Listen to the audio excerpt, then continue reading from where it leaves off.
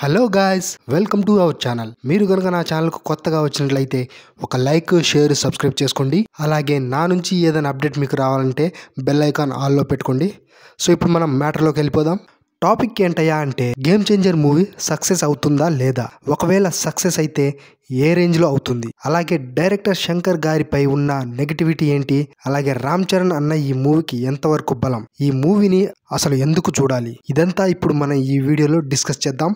ఇప్పుడైతే pan India movies తీస్తూ చాలా మంది డైరెక్టర్స్ సక్సెస్ అయ్యారు, స్టార్ డైరెక్టర్స్ గాను మారారు. ఎగ్జాంపుల్ ప్రశాంత్ నీల్, సుకుమార్, ప్రశాంత్ వర్మ, ఇలా చాలా మంది వచ్చారు. కానీ అసలు పాన్ ఇండియా అంటే అసలైన డెఫినేషన్ ఇచ్చిన మొట్టమొదటి డైరెక్టర్ శంకర్ గారు.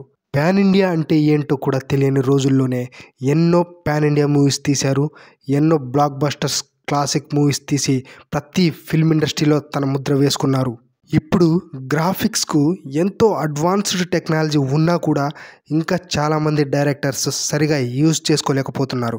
అలాంటిది ఎటువంటి అడ్వాన్స్డ్ టెక్నాలజీ లేని టైంలోనే అద్భుతమైన గ్రాఫిక్స్ తోటి శంకర్ గారు ఆడియన్స్ని ఎంటర్టైన్ చేశారు. ఇక శంకర్ గారి తర్వాత రాజమౌళి గారు కూడా మగధీర, బాహుబలి సిరీస్ తీసి ఇండియాలోనే నంబర్ 1 డైరెక్టర్గా మారారు. అదే స్టార్డమ్ని ఆయన ఇప్పుడు కూడా కంటిన్యూ చేస్తున్నారు.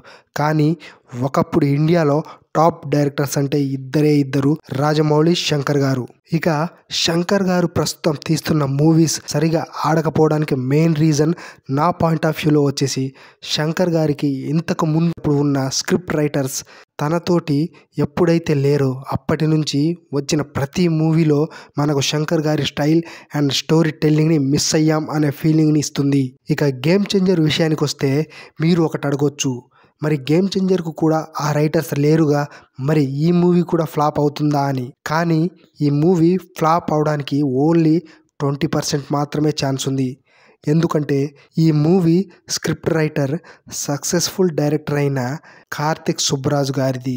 ఆయన పిజ్జా, జిగర్తాండా, XXX, మహాన్, పెట్టా లాంటి మంచి కంటెంట్ ఉన్న మూవీస్ తీశారు. సో మూవీ 70% సక్సెస్ అవడానికి ఛాన్సెస్ ఎక్కువగా ఉన్నాయి. ఇక ఈ మూవీకి చరణ్ అన్న ఎంతవరకు బలం అంటే, ప్రస్తుతం గేమ్ చేంజర్ మూవీ ఎవరైనా చూడాలనుకుంటే ఓన్లీ రామ్ చరణ్ అన్న ఉన్నాడని మాత్రమే డే 1 నుంచి వెళ్తారు. అలాగే చరణ్ అన్న స్టోరీ సెలెక్షన్ కూడా చాలా యూనిక్గా ఉంటుంది. ధృవ మూవీ నుంచి చరణ్ అన్న యాక్టింగ్ అయితే వేరే లెవెల్లో ఉంటుంది. అండ్ మోస్ట్లీ రంగస్థలం, RRR మూవీలో పీక్. అసలు చరణ్ అన్న RRR మూవీ తర్వాత ఓన్లీ ఇండియాలోనే కాదు వేరే కంట్రీస్లో కూడా తన మార్కెట్ని స్ప్రెడ్ చేసుకున్నారు. ఎస్పెషల్లీ జపాన్లో అయితే ఎట్ ప్రజెంట్ నంబర్ 1 ఇండియన్ యాక్టర్గా ఉన్నారు.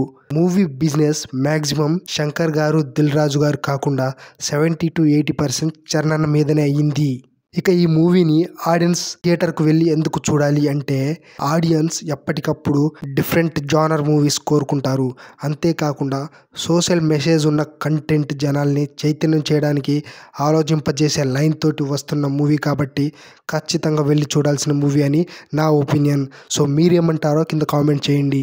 సో ఇదన్నమాట వీడియో.